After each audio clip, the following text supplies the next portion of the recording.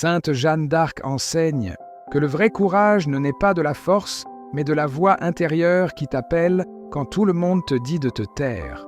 Elle a entendu ce que personne n'entendait, elle a cru à l'invisible et a suivi sa mission même en étant traitée de folle. Car lorsque l'âme parle, la peur ne commande plus. Elle enseigne que la foi, c'est marcher dans le feu tout en faisant confiance à la lumière.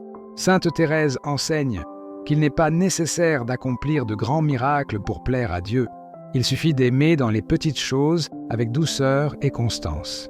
Elle a découvert que la sainteté se cache dans un geste simple, dans un regard de compassion, dans un sourire offert au milieu de la douleur. Elle enseigne que l'amour silencieux est celui qui transforme le plus le monde. Saint François d'Assise enseigne que le vrai pouvoir est d'être libre de tout ce que le monde propose.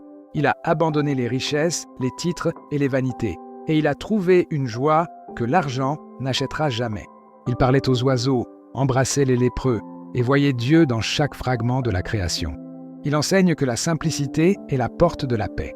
Saint Vincent de Paul enseigne que la foi ne se mesure pas en paroles, mais en actes.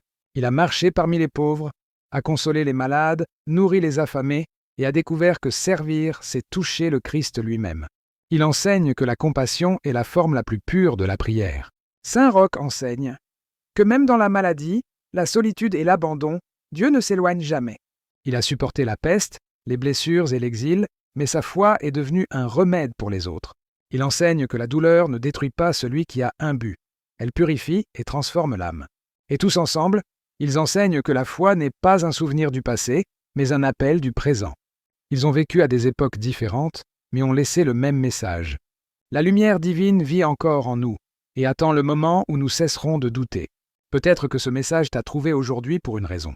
Peut-être que c'est le rappel que ton cœur avait besoin d'entendre. N'ignore pas l'appel de ton âme. Dieu parle dans le silence, dans les gestes simples, dans le courage de continuer quand tout semble s'effondrer. Et si ce message t'a touché, si tu as ressenti quelque chose dans ton cœur, écris Amen dans les commentaires et suis notre compte afin que la lumière qui t'a touché aujourd'hui puisse illuminer beaucoup d'autres cœurs demain.